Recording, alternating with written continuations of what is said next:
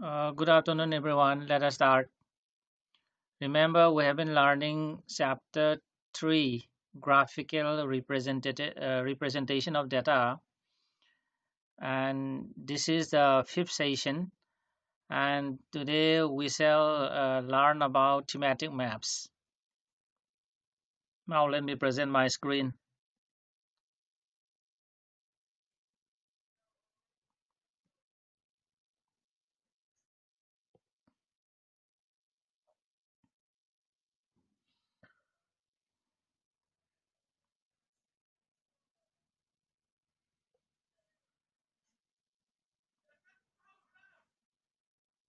So, graphical representation of data, fifth session. Today we have important uh, concepts. Okay, we shall learn about thematic maps, different types of thematic maps. So what are thematic maps is given here. Let us read. A thematic map is a type of map specifically designed to show a particular theme connected with a specific geographic area such as temperature variation, rainfall distribution, or population density. So a thematic map is a type of map, okay, specially designed to show a particular theme. So here the theme may be about temperature, about rainfall distribution, or about population density, and so on. Okay, so it is generally represented within a specific geographical area. And when we prepare thematic maps, symbols, pictures, pattern, colors are used to represent whatever is being mapped. And under the constraint of time, we will confine to discuss the method of construction of these following three types of thematic maps in class 12. So here we have dot maps, choropleth maps, and isopleth maps. So these three important types of thematic maps will be learned. Okay. So the first one we have dot maps. The dot maps are drawn to show distribution of phenomena such as population, cattle, types of crops. So dot maps are drawn to show distribution of any phenomena. Okay, maybe population distribution, or maybe distribution of cattle population, or distribution of these crops. Okay, and dots of the same size as per the chosen scale are marked over the given administrative unit to highlight the patterns of distribution.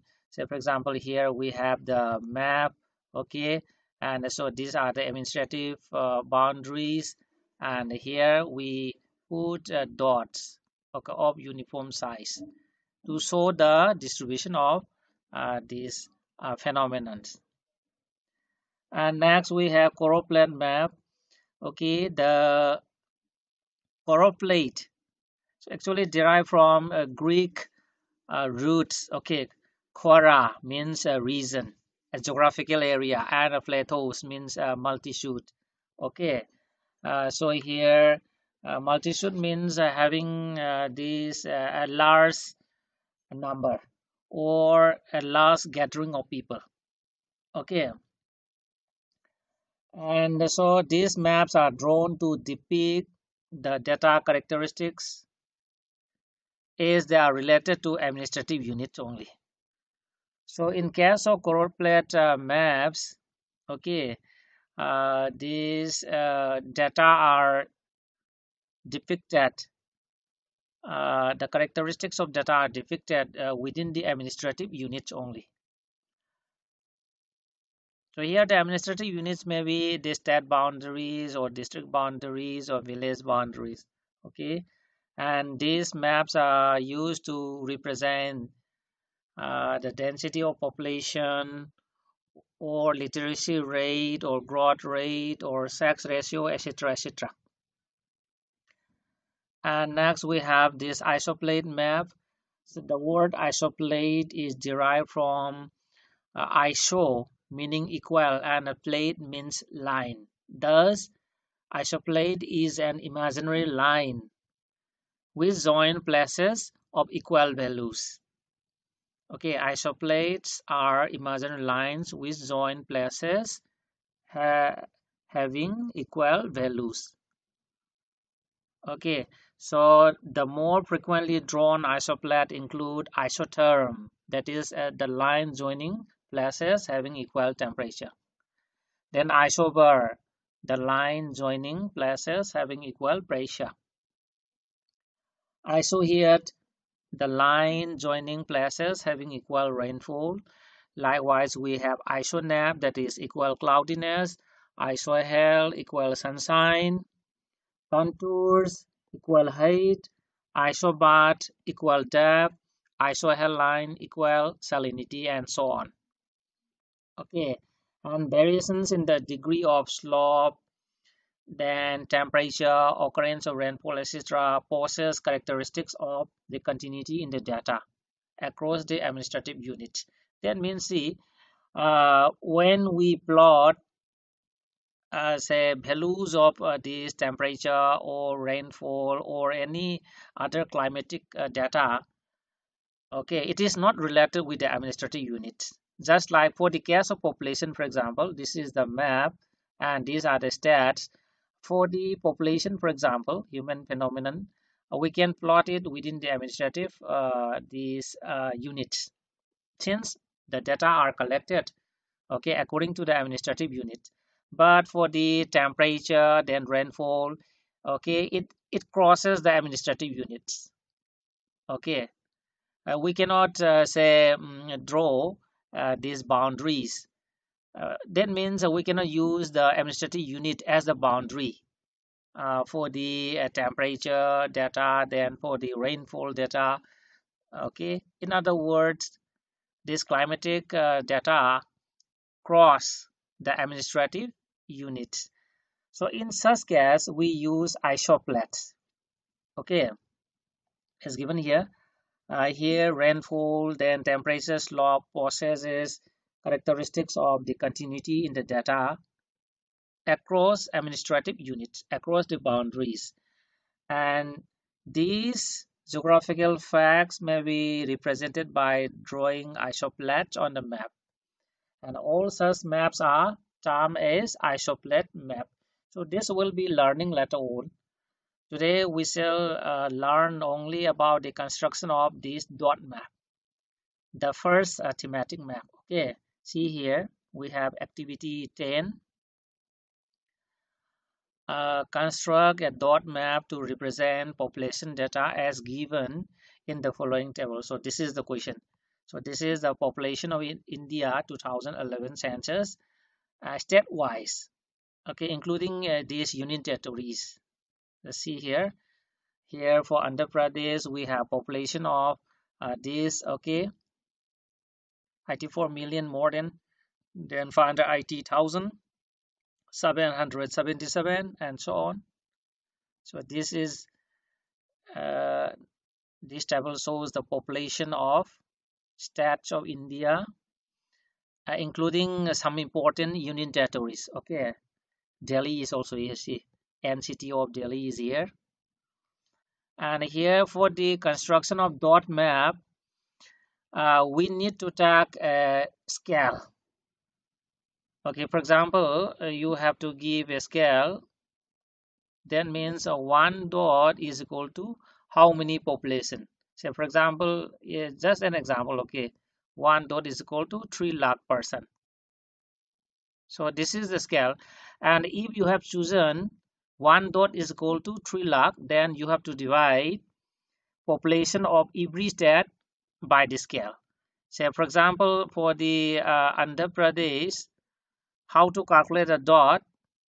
See here, population of Andhra Pradesh, that is 84,580,777 divided by the scale, that is 3 lakh. After that, you will get the number of dots. Okay, you will get the number of dots. So here the number of dots already calculated. So what is the scale? Let us see. See here, this is the calculation. Here we have chosen one dot is equal to 2 lakh person. Okay, and so this is the formula. Number of dots is equal to population divided by the scale. So this is the population of Andhra Pradesh, and this is the scale. So population of Andhra Pradesh divided by scale, we have got 423 dots.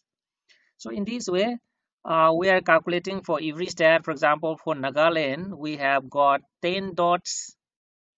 Okay, the population of Nagaland divided by 2 lakh, we have got 10 dots.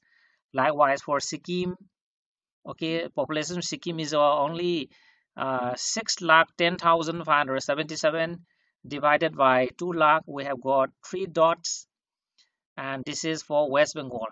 So in this way, we have to calculate the number of dots for every state. Okay, remember, for the calculation of the number of dot, we have to divide the population of the states by the scale, and this scale is up to you. Okay, you can choose one dot is equal to 5 lakh person, one dot is equal to 1 lakh person, so on. It is up to you. Okay, and once you have chosen the scale, the population to be divided by the scale. And after this, so here this is the map. Actually, the map is already given in your textbook also, and here this is the map. So you have to draw in this way. Remember, the size of the dot must be uniform. Okay, in this way, the size of the dot must be uniform in this way. Say for example, Sikkim, only 3 dots. Okay, see here, let us say just Sikkim, and here Sikkim. How many dots we have to put? 1, 2, 3, according to the table. And likewise for Arunachal Pradesh, also see how many dots are put. 1, 2, 3, 4, 5, 6, 7, as per the calculation. So in this way, we have to put the dots uniformly. And remember, while putting the dots, when we put the dots, we have to consult physiographic maps. Okay, see here why we are putting so many dots here along this line, because here we have this Ganga plain, and Ganga river is flowing here, and the population is more concentrated along the bank of Ganga, and that is why we are putting more dots here and here also in the delta areas. And remember, we should not put more dots, okay, say in the over the water bodies. If you have known that a lake is here, for example, if there is a lake, you should not put dots over the lake. Okay, so it is I'm also putting this one note also here. See, while drawing these dot maps, you have to consult physiographic or relief map to identify mountainous, desert, and or snow cover areas, and mark lesser number of dots in such areas. We know that top of the mountain, desert areas, okay, steep slope areas are less densely populated. Population concentration is low, and that is why we have to put less number of dots in such areas. And that is why while drawing these dot maps, we must consult physiographic maps. Okay, so in this way we have to draw. Then we have one more activity. This is also about construction of dot map. Okay, activity 11, construct a dot map to represent the distribution of population 2011 in each district of Manipur state. So here we have population of okay, every district of Manipur for the year 2011, and accordingly we have to calculate the number of dots here. We are reproducing the table again, and a new column is added. Okay, number of dots, and here I have taken this scale. One dot is equal to 3,000 persons. That means for Senapati is here. Okay, so the population of Senapati to be divided by the scale here. Population of Senapati is 3,54,972. Okay, divided by the scale, and we have got 118. And see, sometimes you may find like this, say 107.6 like this. So this can be rounded to 118. So in this way, rounding, okay, you may take a round number. Okay, so it is very easy and simple also. Thus, we have to divide the population of these districts divided by the scale, and after that, you will get the number of dots. And here, this is for Sursampur. Sursampur, how many dots? 90 dots. Imphal West, 172 dots. And accordingly, see, we have drawn the map in this way. Don't forget to write, okay, the title of the map like this: Manipur distribution of population 2011, and give cardinal point north, and below the map you may give the scale. Okay, one dot is equal to 3,000 persons.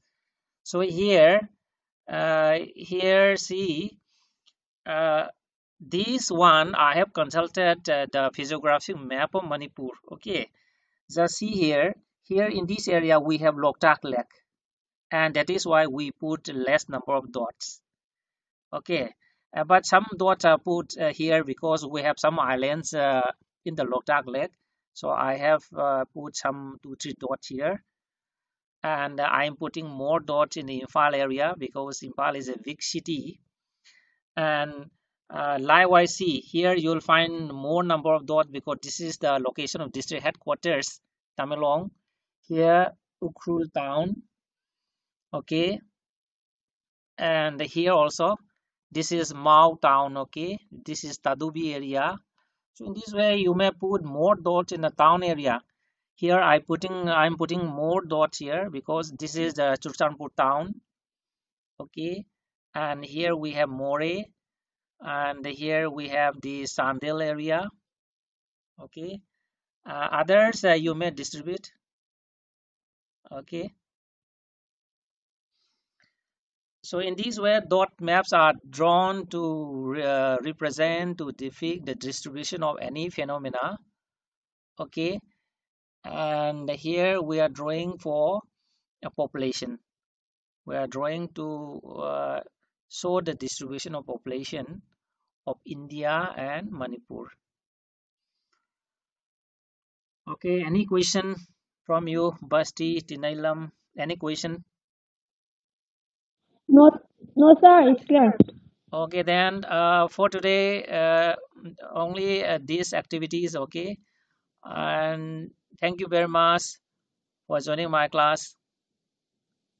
Thank you, sir. Thank you, sir. Welcome.